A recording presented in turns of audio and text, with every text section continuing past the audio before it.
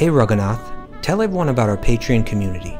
Sure, Kaustubha. The Wisdom of the Sages Patreon community is an incredible online yoga resource.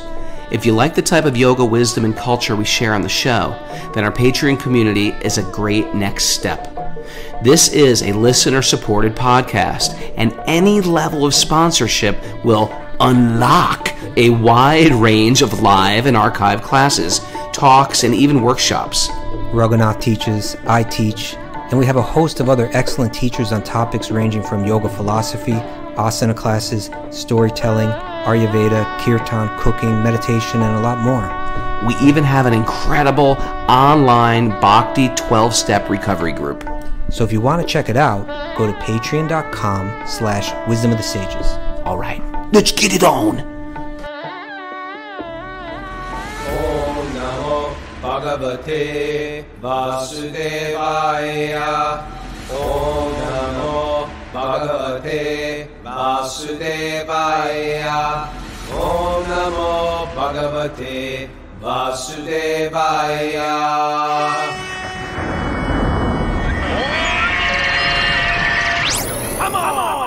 Live from Super Soul Farm, this is Wisdom of the Sages, a daily, not a weekly, a daily yoga podcast with your host, Raghunath, and co-host and senior educator at the Bhakti Center in New York City, Kaustubha Das. Welcome to the show, and welcome to Walk on Wednesday. Walk on Wednesday is when we take a particular person that I snoop into our files. We have files here at the Super Soul headquarters of everybody who's ever listened to this show. I go through those files, and I pick one out, and today I picked out Haridas, also known as Henry Shelkoff. Henry, welcome to the show. We picked their brain, asked them some questions for about 5 or 10 minutes. Me and Henry have a great history together. Henry, good morning. Live from Washington, D.C., nation's capital. Can we hear you? Yes, you can hear me. Yes. He's a regular Zoomer. And we first met in 1988, my first trip to India. And I was told to go serve you. That was my thing. Go serve this man. And Henry was a pilgrim. And then we developed a deep friendship from that time. And we've always stayed close. And he ended up helping Shelter in so many ways. As a matter of fact, Shelter, our band, he had a big home in the old days. He had a big house. Where was that? Like Embassy Row near the cathedral, right? Yes. Off Massachusetts Avenue. Yeah. In Washington, D.C. In Washington, D.C. And so he said, how are you going to write we were all monks. He says, how are you going to write a record in the temple? You should come to my house. I'll make a special room for you where you guys can just write your record. And so we wrote our Attaining the Supreme record in his beautiful studio in his house. Thank you, Henry. My pleasure. It was a lot of fun. The prasadam was great. I got to tell you that. The prasadam was great. We had he was hosting another wonderful lady who's dear to everybody's heart. And he was helping her write a book. So she needed a retreat. And because of it, he took care of the wonderful and famous and spiritually famous Mother Yamuna. So he has lots of great Mother Yamuna stories. So maybe one day we'll have him back exclusively for Mother Yamuna stories, because he had such quality time with her when she was writing that second book she wrote. And for me, that was a great blessing too, because I got to spend so much time with Mother Yamuna, who was basically one of the four who really connected the Beatles with Bhakti, who traveled to England to meet them. She baked the apple cake for them, and she did so many things. We can't even get into the Mother Yamuna stories. That's a whole nother thing. But how did you get into Bhakti in the first place? Well, I was very fortunate. When I was about 13 or 14 years old, I fell in with some questionable older teenagers in the neighborhood, and they had. Why is it that the questionable people bring us to Bhakti sometimes? They had a copy of Back to Godhead, and we found our way down to the temple, the early temple. It might have been 69 or 70. I was a young teenager, and I got to go to a Sunday feast, you know, at the very early ISKCON temple there in Washington, D.C. near DuPont Circle. How old were you? So 13 or 14, I would say, right in there. Young teenager, very impressionable. And very impressionable. Dangerously really impressionable. You. Vulnerable, I could say. It made a wonderful impression. And was it weird or cool or? Well, you know, the girls that were with us, they thought it was really weird. They couldn't wait to get out of there, but I was loving it. I loved every minute of it. It just spoke to me, you know, I said, this is really cool. Really cool. So and then later, you know, then I walked out of that Sunday feast, and I didn't walk back into another bhakti thing for 14 years. And then I ended up in 1983. I ended up going to Vrindavan because I was curious about spiritual life, and I had a guide who was willing to take me there to the holy Dham of Vrindavan. And in 1983, it was so archaic to travel. You know, you'd have to write letters on, airmail stationery to make your reservation at the Krishna Balaram guest house, and you know, it's interesting, right? That was only a short time ago in the span of history that you used to have to write letters to a third world country to make a reservation, wait for that reservation to get back. And India was like another land back then. It was very cut off from the rest of the world. What was Vrindavan like in '83? It was so quiet, you know, out where the Raman Reti, where the ISKCON temple is, there were no motorized vehicles at all. There were no cars or anything. You only hear the sound of horses' hooves hitting the cobblestone, or, you know, or the bells of the bicycle rickshaws and the peacocks. Remember that, Kaustubha? I remember the peacocks. They're not there anymore. I wonder if with COVID, if the peacocks are coming back, you know, to the temple area there. Maybe you just got to go right outside. But do you remember there was nothing in front of that temple? It was just like a little table. That's where Biharilal had his. There was just tables. It was like no shops. There was just like a couple tables out there. And then Henry actually, do you have a copy of that video? I do. I don't know if there are any Shelter fans out there, but this is the Shelter Sankirtan Yagya tour video we made. And Henry shot the whole video. He used to follow us, and videographer. You were the videographer. I was the videographer for Shelter on tour. And you know, I hadn't really planned it, but you came up to me at the New York Rath Yatra. You saw I was taking a video there on Fifth Avenue, and you said, "Hey, why don't you come on tour with my band and make a video documentary?" Just out of the blue, you suggested that, and I did. You know, I asked you, when's this tour start? You said this afternoon, and so I went right there. And you know, it's somehow I've never been able to refuse whatever you asked me to do, Raghunath. Krishna inspires me at the 11th hour to ask you things. I asked him last night. I said, "Hey, tomorrow walk on Wednesday." He's like, "I'm not prepared. I'm not prepared." Anyway, it's great to have you here as a regular listener and an inspirational devotee. He's always been a very inspirational devotee to me. Always, and, always. And he's, I'm glad we're connected for all these years. And I'm glad that when you started coming onto the show, when did you start listening to the show? You listen every day now. In April, actually, my friend John Tai gave me the secret code numbers. You know, I didn't even have to go through Mara. You know, I got them. Hold it. Wait a second.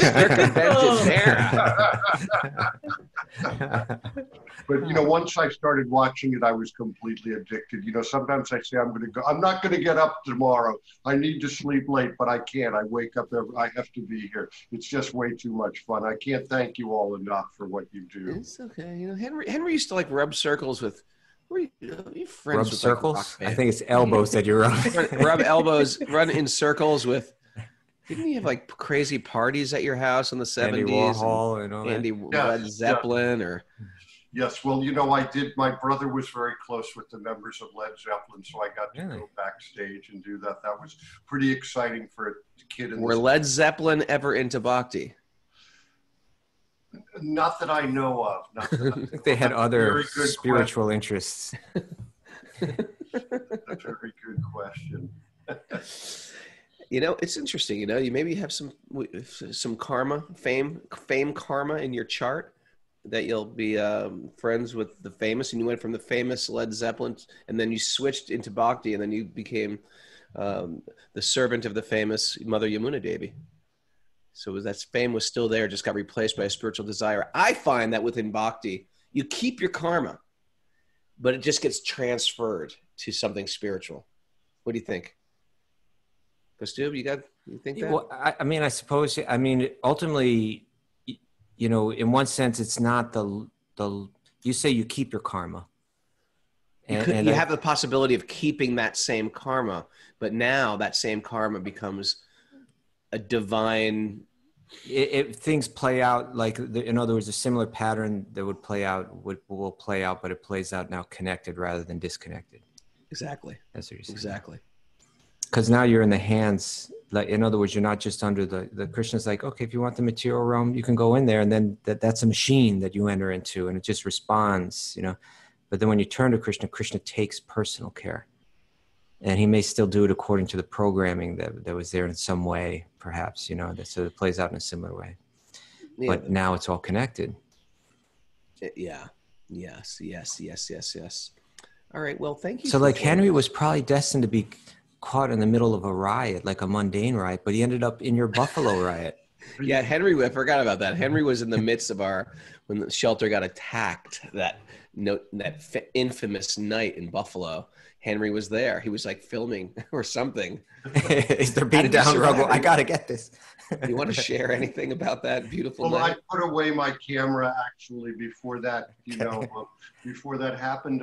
You know, I wasn't really so scared. Somehow I felt very confident, even though we were in the scariest neighborhood I've ever been in my life. You know, I knew there was potential for something to happen. But at one point, I was sitting in the van in the front seat, and the guy had a gun, and he was tapping on the window with the gun, telling me to open the van. And I just looked down. You know, I figured if I didn't look at him, I could kind of get away from it. So, you know, I'm glad he didn't shoot me through the window. But Krishna protected us. And then the best part, of course, was when, I'd noticed we were just kind of getting the van started, and I noticed there was one of their cars was partway blocking. We were in a warehouse. The van was in the warehouse.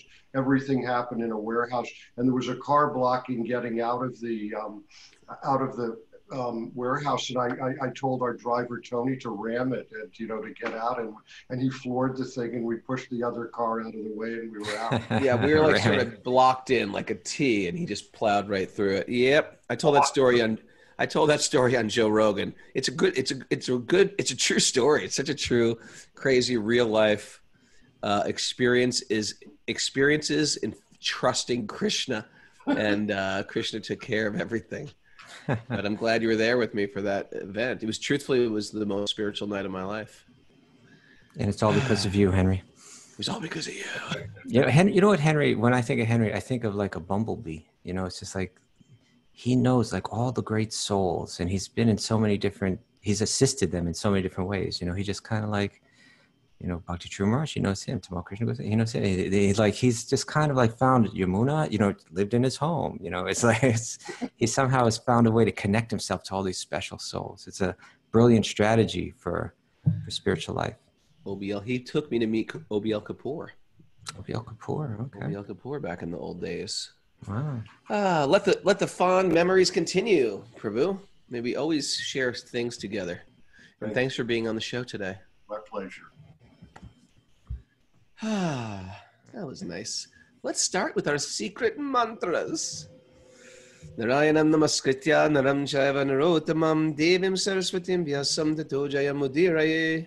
Before reciting the Srimad Bhagavatam, which is our very means of conquest, one should offer obeisances to the Supreme Lord Narayan, unto Narayan Rishi, the supermost human being, unto Mother Saraswati, the goddess of learning, and to Srila Vyasadeva, the author. Nasta prayeshva bhadreshu nityam bhagavat sevaya bhagavati uttama shloke bhaktir bhavati naishtiki.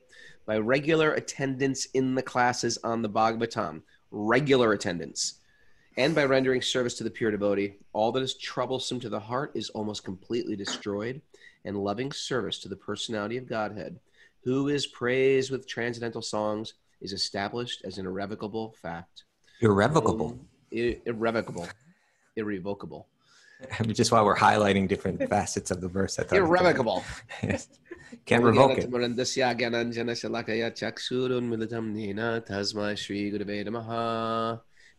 to the Srimad Bhagavatam. Welcome to Canto 2. Welcome to Chapter 4. And welcome to the second to last verse, text 24. Yeah. Oh, by the way, but let's mention a couple things before we dive in.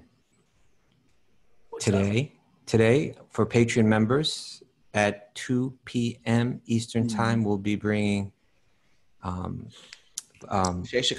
Prabhu back. He'll be giving a talk about entering that fourth dimension. You know, brilliant spiritual strategies. And he'll have questions and answers too. So it's wide open. What's the time of that again? 2 p.m. Eastern Time for Patreon members. Go to Patreon to find the link and you can connect to that. Okay, so if you're new to the show, welcome. Patreon.com/Wisdom of the Sages is how you connect, and you can support us that way. And then we have a whole, if you do, then we have a whole secret inner chamber, basically. Do you like that? Secret inner chamber. Okay. Why stay in the periphery when you can enter the secret inner chambers? That's right. And we have classes going on, workshops, etc. So it's Visheshika Prabhu, very inspirational. Mm-hmm. And by the way, this weekend we have some great guests out for the outer chamber. Couple weeks. Vyasadeva, yeah, incredible. One of the early photographers who just walked with Prabhupada around the world. Walked around the world. You know what I'm talking about. She didn't walk around the world, but she basically did walk around the world in different ways. Different parts of the world. and she was an early photographer. She went to what was it called? RIT. That's up here in Troy. And then she made. No, I think she went out there in Rochester. Rochester Institute of Technology. RPI is the one. RPI. Okay. RPI, yeah. One of those prestigious schools that I couldn't get into. And then she did the Hare Krishna film, which we all love. And I tell you this, when a Hare Krishna makes some type of art, like a film, a book, a record, I'm a real snob. I'm like, oh, come on, be good. Not it's good. Good. That film was good.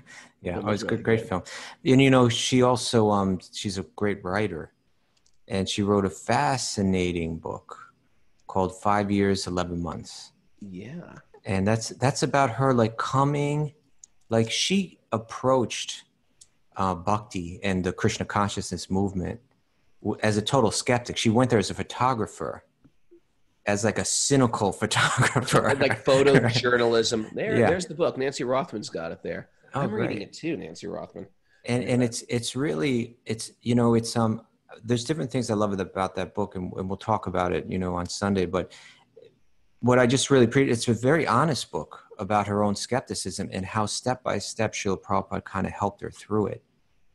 It makes for a very, very interesting read. Well, it's also good because some of us don't come to Bhakti like, yeah, I need a spiritual life, or the material world sucks, or a lot of us are sort of like, well, what is this thing? And we're checking it out, and like, all right, that's sort of cool. And sometimes we do that dance with our spiritual life for 10 years. And there's like a skepticism. We're bringing sometimes our doubts, sometimes our intelligence, and we want to actually like, what am I getting into here? And so if we weren't necessarily on a spiritual path, but somehow you stumbled into this, and you're one of these people that has a very, very critical mind in a good way and a bad way, I think you might be able to relate to this book a lot. For that kind of mind, this is the book. Yeah. It's like, I just shared the link for it there. 5 years, 11 months. Oh, cool. I'm reading it now. And I don't read. Isn't that sad? Isn't that sad? I'm at this point in my life where I just cannot find time to read, but I listen. All right. I listen. Thanks, Audible. Today's show is brought to you by Audible. Audible. Learning made easy. Okay. Wouldn't that be great if we got an Audible sponsorship? Sure would. Great. Okay. I offer my respectful obeisances as text 24 unto Srila Vyasadeva, the incarnation of Vyasadeva, who compiled the Vedic scriptures, The pure devotees drink up the nectarian transcendental knowledge, dropping from the lotus-like mouth of the Lord. Isn't that beautiful?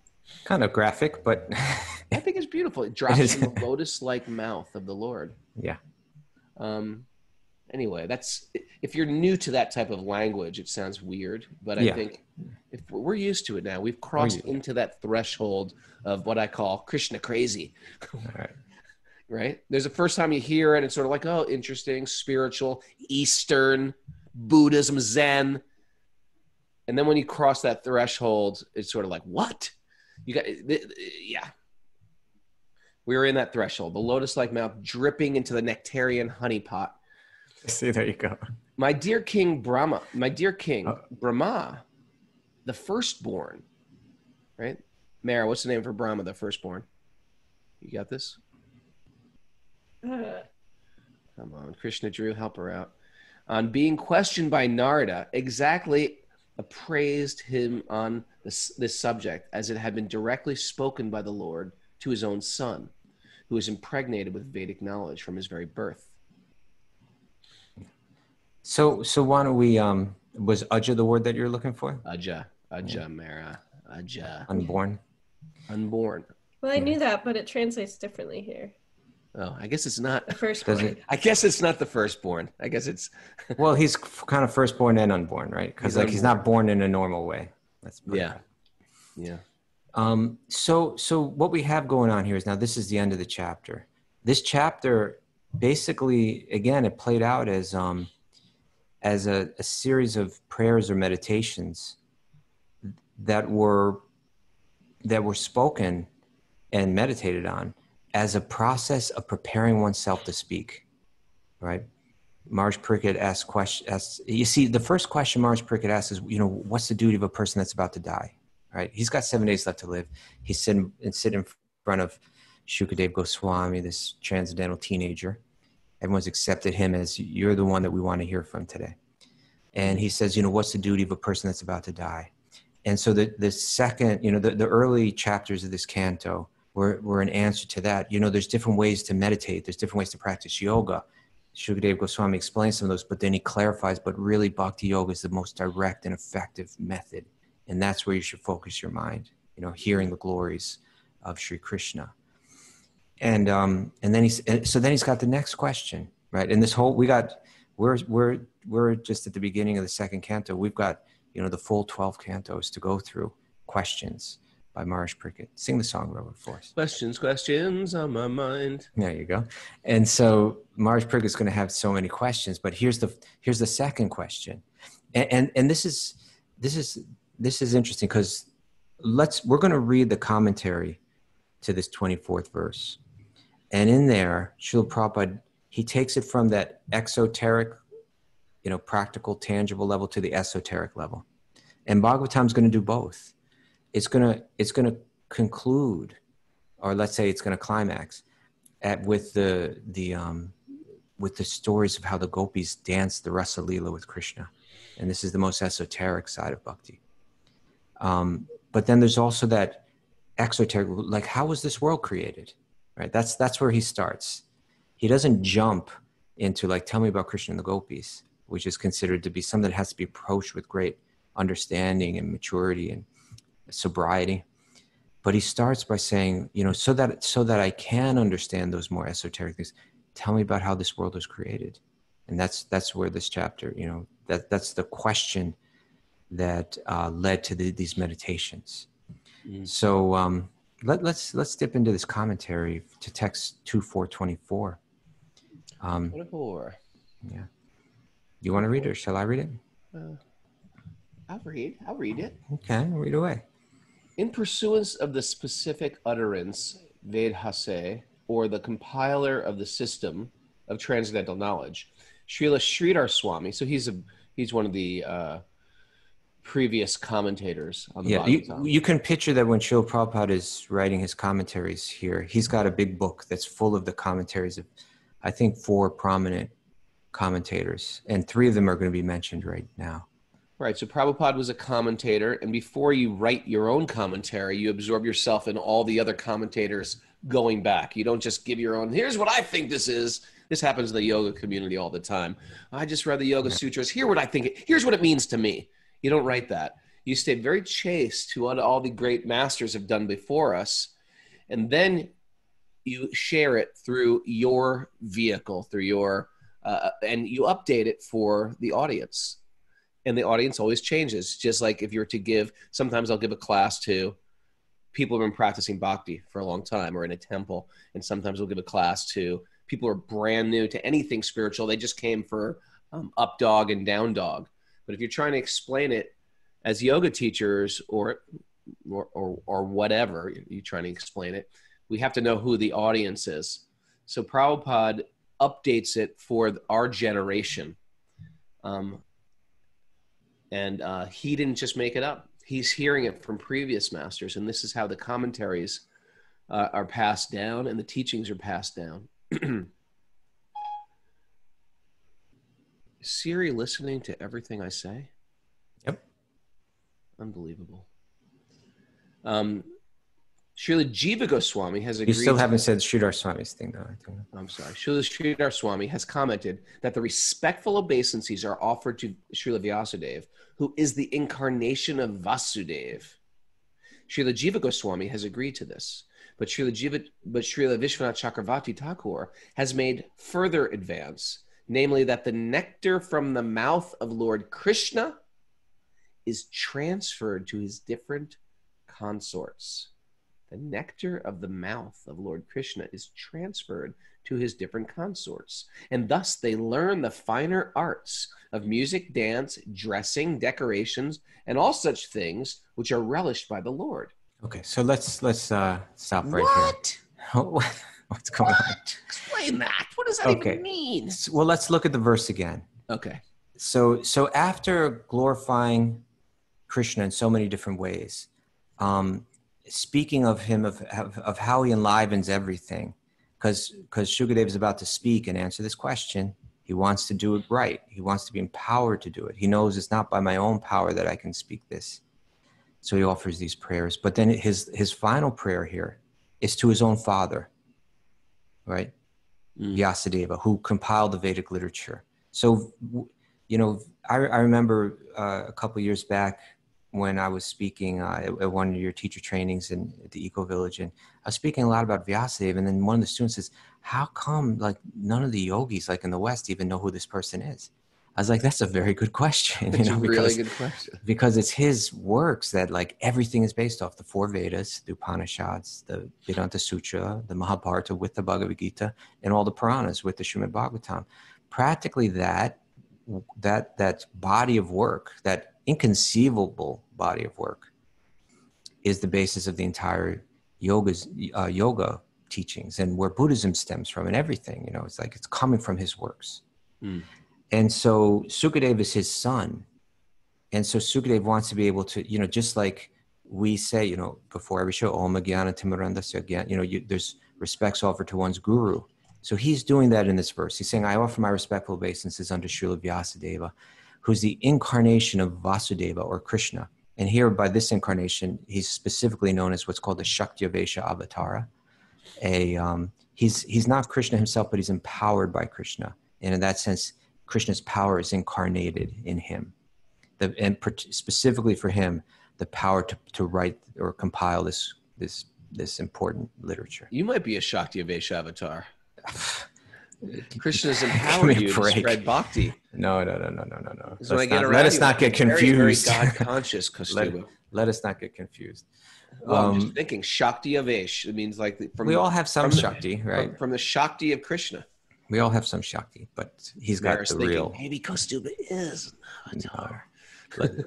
So he says, now he says, the pure devotees drink up the nectarian transcendental knowledge dropping from the lotus-like mouth of the Lord. So now what the commentators are on, the point is here is Prabhupada's got his book open and he's reading what the different commentators are saying about this. And the first one he mentions is Sridhar Swami. right? Who I'm not sure about his exact dates, but I think he goes Mara, out. can you do a little history on Sridhar Swami? Maybe about 800 years or so, 700 or 800 years, or something like that. Let's put it our numbers. It's going to be like The Price is Right. The Okay. actual year without going over. Without going over. Then I would say 700 years. 701. Yeah, I'm going to say, okay, it's 702, Mara. Let's see who's got this. Okay, and, keep going. Then Mara will just jump in when she's got it. So he's going to say that Sridhar Swami is saying that when it talks about this, that what is speaking about coming from the mouth is coming from the mouth of Vyasadeva, that he speaks the Vedas, right? And he says, Srila Jiva Goswami agrees with this, but then the third commentator, Vishwanath Chakravarti Thakur. He's special. Oh, want to share something? Yes. Well, he lived, I would say, about 350 years ago or so. And he was really, at that time, the leader of the Vaishnava community, of the Gaudiya Vaishnava community. And he wrote a very important and beautiful commentary on the Bhagavatam that Srila Prabhupada is often referring to. And he also wrote these like super beautiful stories about Krishna that he saw in his own meditation, right? And one of the most incredibly beautiful books is, I forget the Sanskrit name, but more or less the English translation is like Moonbeams of Sheer Astonishment, which are like, they're humorous. They're both humorous, very humorous stories about Krishna's pastimes, of his trickery and his cunning and his creativity in his pastimes. Really, really special book stories. Have you found it, Mara? Sridhar Swami? All I've found so far is that he's 14th century. Okay. But I haven't found exact dates. So are you going to add that up, or are you going to make us? I was going to make you do it. Because we have a little competition going on. We want to win. So we're in the 21st century, so that's 700 years. And dryer. Yeah, we're in the 21st century, so that's about 700 years. So I was in the ballpark there. Okay, so now, but he's saying now Vishwanath Chakravarti has given a more esoteric explanation. Now, it's not that the two contradict, but that it can be understood both ways. And what Vishwanath Chakravarti Thakur is saying is that he's giving this very esoteric explanation. And he's saying that on the higher level, it can be understood that the soul can be blessed by Krishna and it's specifically here it's being mentioned from the mouth, but the soul can be blessed by Krishna and become enlivened and receive this vitality in which all of the divine arts, which include music, which include dance, which include theater, which include dressing and decorations and all of these things, all these beautiful, that whole aesthetic side of life is ultimately meant to be offered to God. Right, and our love and devotion for God plays out in a very beautiful aesthetic setting. And he's saying that by the kiss of Krishna, the gopis become empowered and enlivened in all the beautiful arts, right? And that means like arts in the most refined, in the most refined way, like how they can play instruments like classical music, just like, of the highest, of the very highest, quality. And they can dance, in ways that, of the very highest level, I'm trying to imagine. Well, we can't imagine. We can, but for instance, we know what it's like to pick up a guitar and play a few chords, but we also know like when a master picks up the guitar, that they can just take it to another level. And then we understand that what the musicians on this planet do is kind of insignificant compared to like the music that the Gandharvas play in the higher realms of this universe. If we read these literatures, that's what it's going to show. But still, but what's going on with the gopis in Goloka Vrindavan in the spiritual realm is still far. Now they're simple village girls. They're like they take care of the cows and they churn the milk and they make butter and they do things like that. But actually, by the grace of Krishna, they become empowered to become the greatest musicians, the greatest dancers, all of the different arts. They're enlivened with, And so, you know, when we hear about like, what is life like, you know, like people might think, you know, what happens when you die, and do you go to heaven, and what is it like in heaven, and are you floating around on a cloud, or what's going on? Yeah. What's going on, Kaustubha? Well, here, you know, and it's a really, you know, I want to approach the subject with the right kind of reverence that it deserves. But here's kind of a little picture, a snapshot.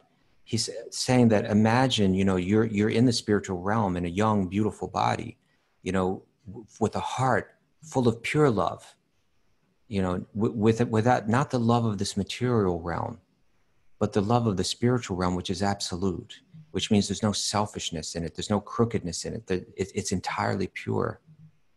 And so the soul, you know, here it's saying is kissed by God and becomes empowered, you know, becomes enlivened, becomes, you know, there's a beautiful verse in the Brahma Samhita that kind of touches on this.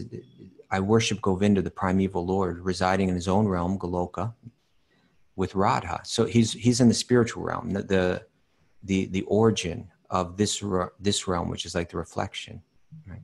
So it says he's in that realm with Radha, resembling his own spiritual figure, the embodiment of the ecstatic potency, possessed of the 64 artistic activities, in the company of her confidants, the Sakis, the gopis, embodiments of the extension of her bodily form, permeated and vitalized by his ever blissful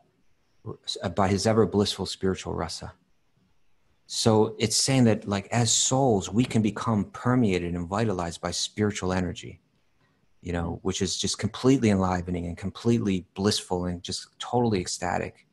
And this verse is saying that you can understand this verse in an esoteric way, that by the kiss of God, that one might become, you know, empowered spiritually. And that's what happens with these gopis. But it's such an important subject that again, Maharaj Parikshit, he doesn't jump right to this subject. He'll ask about this subject, but the Bhagavatam builds up for it. First, he's going to ask about creation. You know, tell me about that creation. And if we look at all of Vyasadeva's literature, it begins with the 4 Vedas, which teach us just how to be good, pious, religious people, right? How to be grateful for all the gifts of nature, how to understand that there's someone more powerful than yourself that's providing it all, you know? And if you can understand that, you can enjoy material life better. That's what the 4 Vedas kind of focus on. True? Yeah. Elevation of the material life. Elevation of material even life. If it means higher planets. Yeah, but through piety, right? It's not the highest spiritual revelation. No. And then it's accepting that I'm not the center, that I have to contribute to the whole, that I'm part of something bigger. It's all important things. All important thing, and then the Bhagavad Gita comes out and says, disregard it all. Well, it's all temporary. Yeah, but even before that, like you have the Upanishads, right? Which are going to say, you know what? Forget about material life, because you are spirit. You should focus on renouncing the material world and finding peace, right? Moksha. And so that's considered a higher level of realization, that I get it, that this material world is a virtual reality, that it is illusory, and there's something beyond this, and I should reach for something beyond it. The Vedas are being pious in this world. The Upanishads are leaning towards transcending this world. Yeah. But then when you get to the Bhagavad Gita, it is interesting, right? They say, you know, all the Vedas and what's taught there about how to enjoy this material world better through piety, forget all that, Arjuna, right? There's something beyond it. There's ultimately divine love. There's bhakti. And only through that do you get that full understanding, the highest understanding. And then comes the Puranas, which are, you know, massive works. You know, the Bhagavad Purana, the Srimad Bhagavatam has 16,000 verses.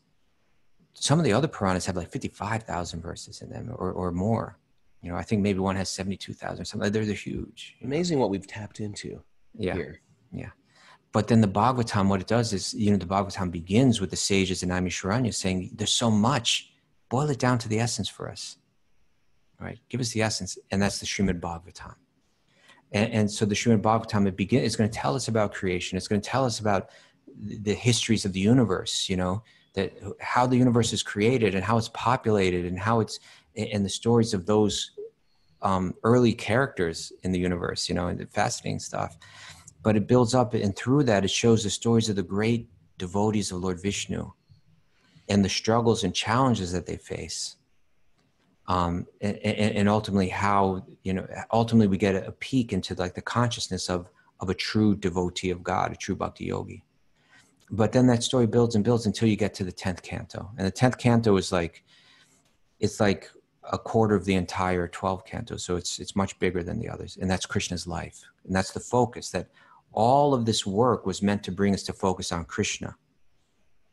And ultimately the focus of the 10th canto, like and now, so like when you get, if the Bhagavatam is like the pinnacle of all the Vedic literature of Vyasadeva, and the 10th canto is the pinnacle of the Bhagavatam, then the dance, the Rasalila dance, and the 5 chapters that describe that are considered the pinnacle of the 10th canto. So it's the very essence of all of the yoga teachings. And it plays out where these simple cowherd girls, right? Just a cowherd girl. Living in a cowherd world. So these girls, they are revealed as being the greatest yogis of all, the greatest mystics of all. We've heard about, like, you go through all the Puranas and all the, the Mahabharata, you hear about so many great mystics. You go to the Upanishads, there's these great sages in the forest. But those sages, they're praying to take birth as one of these gopis because they're the most realized mystics of all. And it plays out in that Rasalila where they hear Krishna on the perfect night, right? The full moon. The night coming up, it must be coming up not too long from now. Yeah. Right? Or actually it's about a month away this year. But the full moon night in the beginning of the autumn season, where, you have it's the brightest night. We call that the harvest moon, right? I think in the West. And it's the brightest night of, the moon is the brightest on that night. And the weather's perfect in Vrindavan. And Krishna says this is the perfect setting for the exchange of divine love with the gopis. And he plays his flute. And the gopis are all in their homes, and they all have their own household responsibilities. They're young girls. They're meant to be good girls. They're living in a society where their chastity is very much, valued. And they're not meant to go running off in the middle of the night with a boy. But when they hear that flute, the call in their heart is like, we have to go. They drop everything and they run. And they're told, don't come back, like practically. If you go out, their fathers and so on, if you go out, don't even come back. But they're willing to risk everything, to leave everything behind for love of God. And when they appear before Krishna, they find him, under the tree, on the bank of the Yamuna, under the full moon, with his flute. Absolutely stunningly gorgeous, the very love of their life. And now they're standing before him. Now they've given up everything for him. And when he looks at them, what does he say? He says, what are you all doing here? Well, this isn't right at all. What do you say? Why did you come out here? You should be back home with your families. You have your family, domestic responsibilities to be doing. This isn't right at all. Right. So in one way, he's kind of teasing them, but by saying that, he's drawing out from them for the first time. We're going to hear in all this literature that Vyasadeva wrote, right? It's like how many hundreds of thousands, even millions of incredible Sanskrit verses with wisdom, with knowledge, with beauty, with poetry, and all that. It's all building up to these verses that the gopis speak. And by asking that question, it stimulates that response. The gopis, more or less what they say is, Krishna, we've left all that behind, right? And the idea is this, when we think of the gopis here, we can think of they're representing the soul speaking to God, that this is the realization that yoga is meant to take us to. This is the pinnacle, where the soul stands before God and says, I'm not interested in the material realm anymore. I've tried to find happiness in so many ways, but none of them are truly fulfilling. The only fulfillment is in my connection through love with you. So the gopis are saying, please don't, we've left all that behind. Our only interest is to serve you. Please accept us. That's the kind of the gist of their message. And that's really what we're meant to understand. And then the chapters go on and describe the rest of the dance that they do, the divine, beautiful dance, the very pinnacle where love is shared in the most beautiful, aesthetic way. And then at the end of the dance, Krishna kind of puts the cherry on top of everything. And he says to the gopis, he says, the love that you shared with me. And that's the idea that here we're hearing that this very esoteric idea that the gopis become empowered in all the divine arts through Krishna's grace. But those divine, they receive the very highest level of artistic empowerment because they have no desire to use it as a tool for their own promotion. It's entirely pure, their love. So they become empowered to share pleasure and beauty because they simply want to give it all to God, right? They have absolutely zero material desire. It's entirely spiritual. And so they're capable of dancing with Krishna. They're capable of singing with Krishna and sharing the most beautiful sentiments in this incredibly beautiful artistic setting. And at the end of it, Krishna says to them, the love that you've shared with me, I wish I could reciprocate and give you back something, equal to it. But he says, but actually there's nothing equal to it. Right? And so therefore, all I can do, Krishna is expressing his own inability to reciprocate with the level of their love because there's nothing greater than bhakti. There's nothing higher than that. And they've got it. So he's saying, you've already got the highest thing. I wish I could give you something more. But since I can't, all I can do is ask that you please be satisfied with the love that you have in your heart, because there's nothing greater than that. And that's the conclusion of all of the teachings of yoga. And so it's a subject that as Bhakti-yogis, we want to approach it with the right understanding and the right reverence, right? Therefore, like Srimati Radharani, like the head of all the gopis, she's just given the ultimate reverence in our lineage. It's her, and in the depth of her devotion that we put on the altar and worship as really the very pinnacle of all greatness.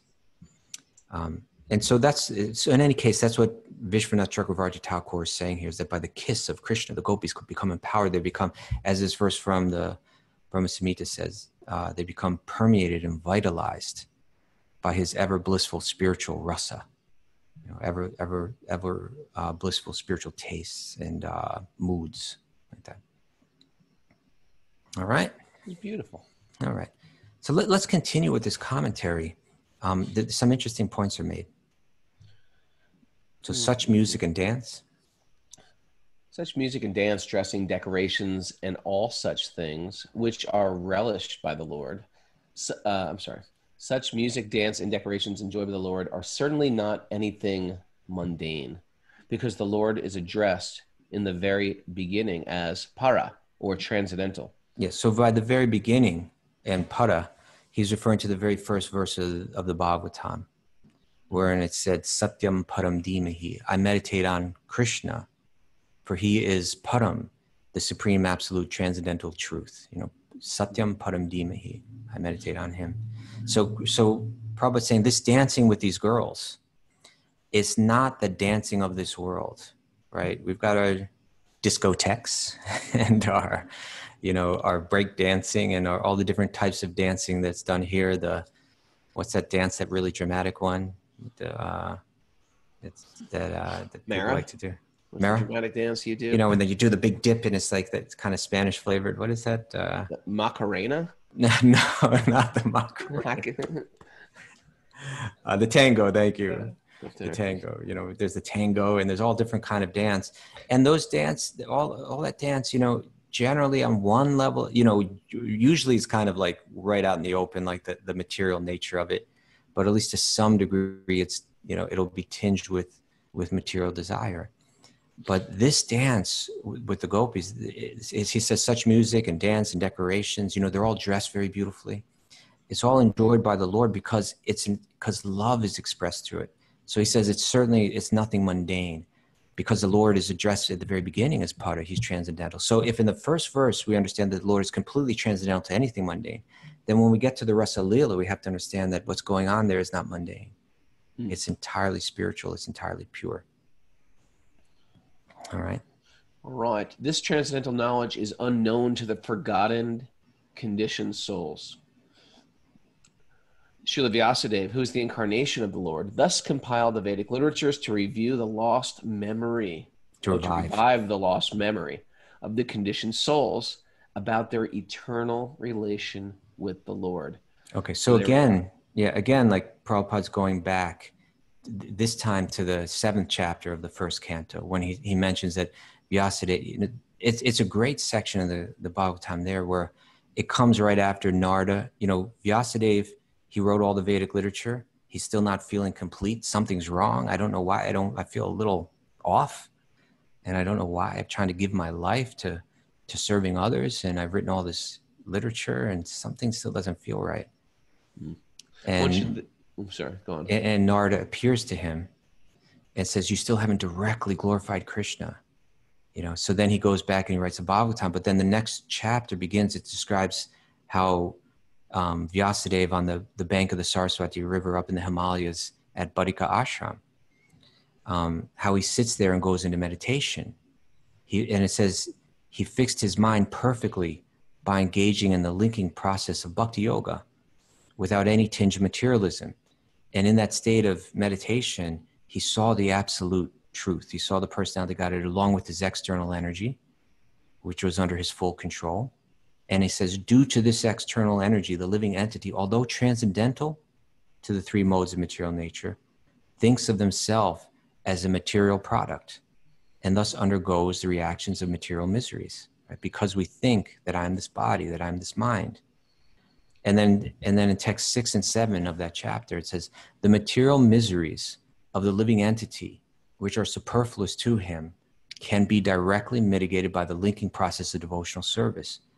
But the mass of people do not know this, and therefore the learned Vyasadeva compiled this Vedic literature, which is in relation to the supreme truth. That means specifically the Bhagavatam. Right?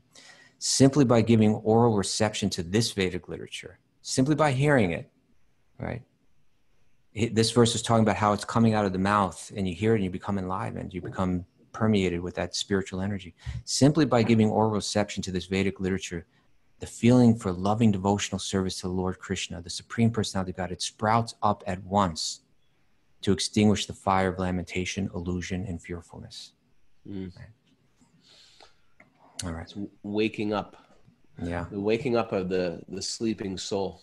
Yeah, we become, kissed Krishna. We may not be at that point where Krishna is kissing us and we become enlivened in all the divine arts. You're not kissing Krishna? No, I'm kissing Krishna all the time. All right, let's see you dance.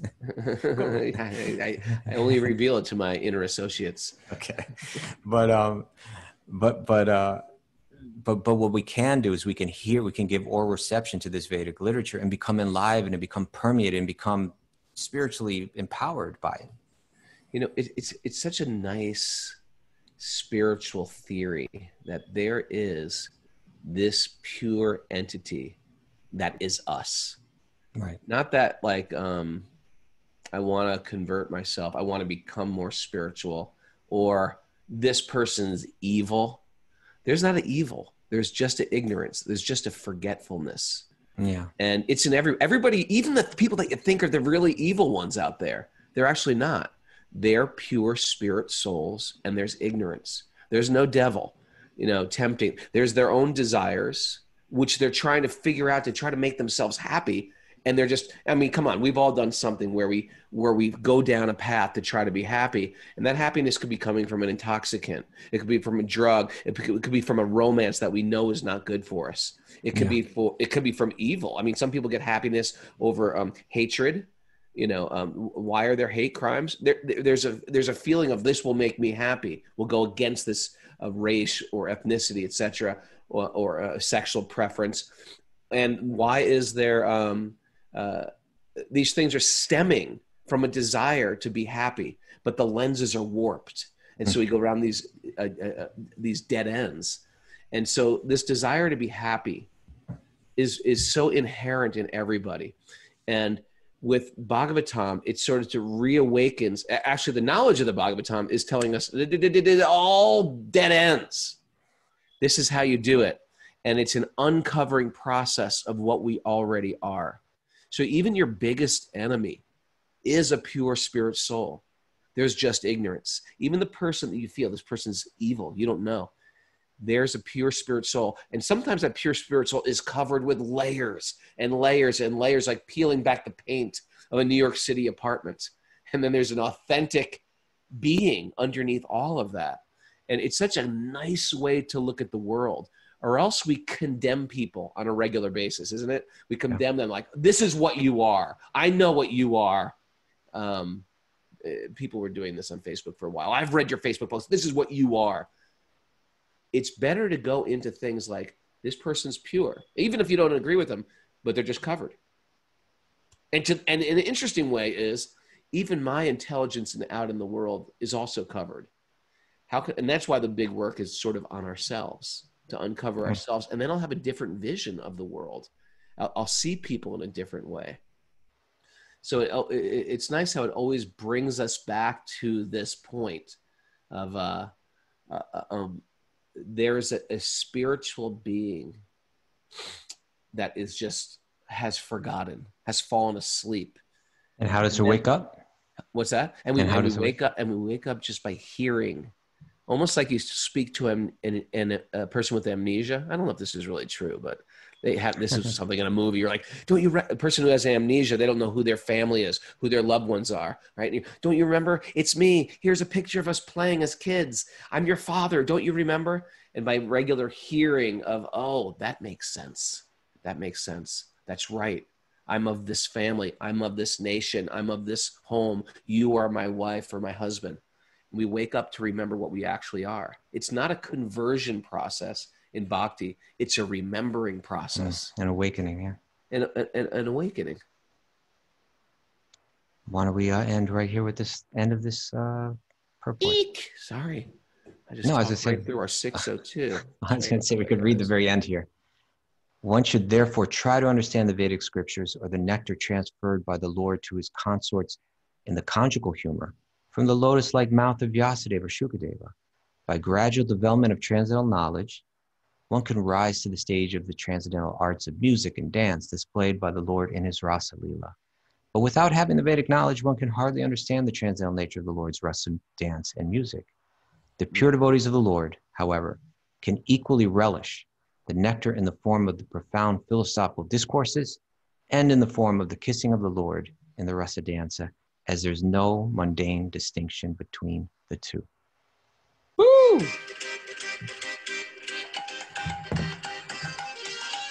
Good Speaking morning. of dancing, let's see that dancing now, Raghunath. That's it. All philosophy boils down to dancing. It's true. That's what we just read, right? You know, if you really think about it, dancing and music, they're not in a world where everything just evolves, and we evolve from apes or from, single cell organisms. Where does dancing fit in and music? It doesn't fit into that paradigm. Dancing and music is otherworldly.